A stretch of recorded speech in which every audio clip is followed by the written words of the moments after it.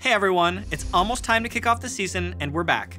I'm Ed, the lead for the Ranked team. And I'm still Primus, the lead designer for Ranked. It's been a while since our dev blog on position ranks, so today we're going to discuss why it's important, what it is, and how we're rolling it out. That's a lot to cover, so let's get into it. Since the introduction of position select, you're getting your main more often. Great, right? When you play another position though, and especially when you get auto-filled, you might not be as skilled, and as a result, the game could just feel less winnable. We can't get rid of autofill without tripling or in some cases even quadrupling queue times for everyone. So we looked into how we could make your matches more fair instead. With position ranks, you get a matchmaking rating and a rank for each position you play.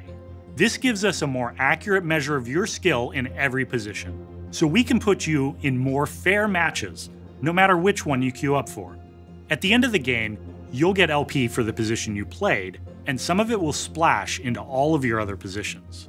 Because if you're climbing in one position, some of that skill is transferable to your others. With different ratings for each position, you won't be punished if you're bored of, say, one-tricking Malzahar mid and decide to focus on jungle for a while. Similarly, someone getting autofilled into your game shouldn't make it feel unwinnable either. And since your ranks are split out by position, you'll know exactly how good you are at your main. We're excited about position ranks, but we want to be super diligent, prepared, and most importantly, open to feedback on such a big change. Last summer, we started testing positional matchmaking in normal draft to make sure it was ready for prime time, and the results so far have been promising.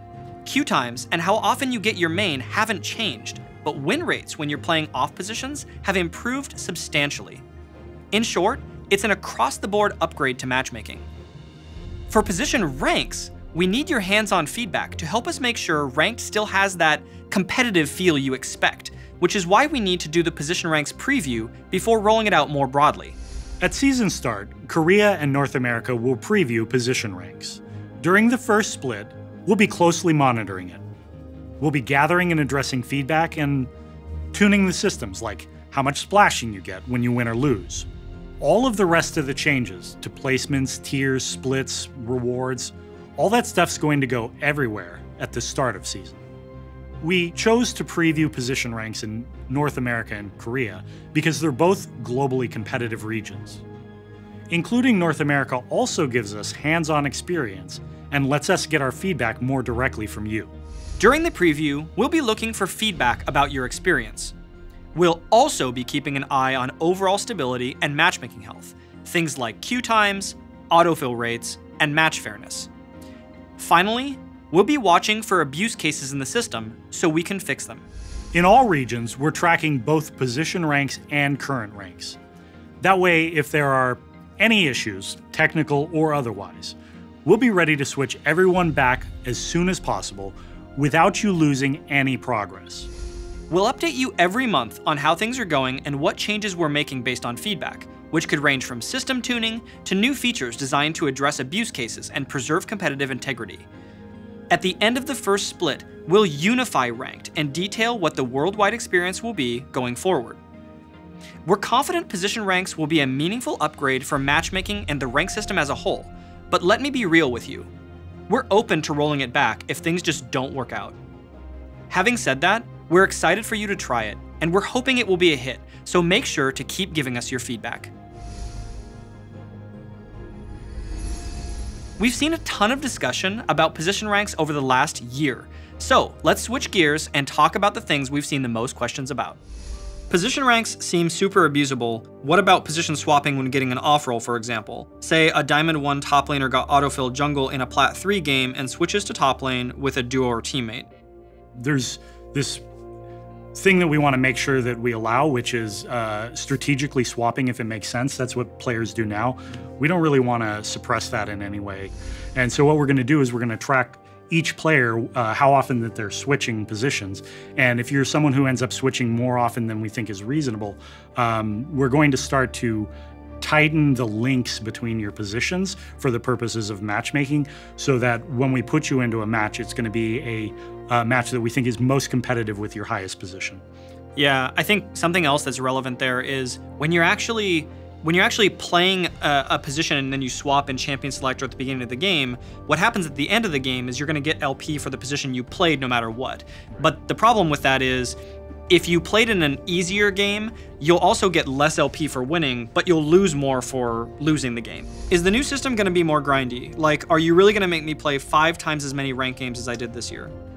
We've got a couple of mechanics that we've baked into the system to help pull you up in your other positions as you play your primary. First of all, splashing will help pull up the other positions until they get close enough to be within range of what we think is reasonable.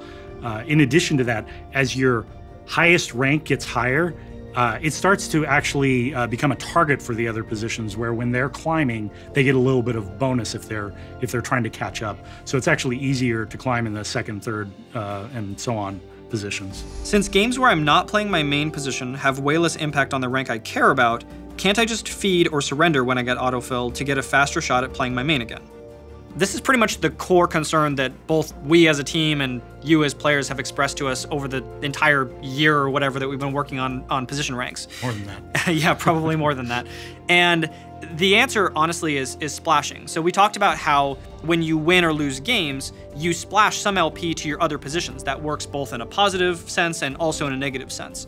And listen, like, if you're trying your hardest when you get an off position, we don't want to punish you for that. And so splashing does start fairly low, but what we do want to address is either systemic abuse of the system through people kind of just queuing up and doing that, right? Surrendering or feeding or whatever.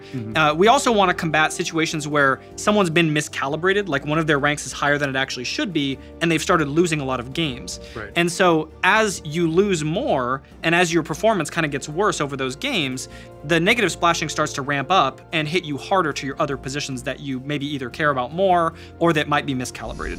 From everyone on the team, thank you so much for your questions, feedback, and thoughts. Ranked is already way better because of your contributions over the last year. We'll be talking with you all over the course of the preview, so keep sharing your feedback.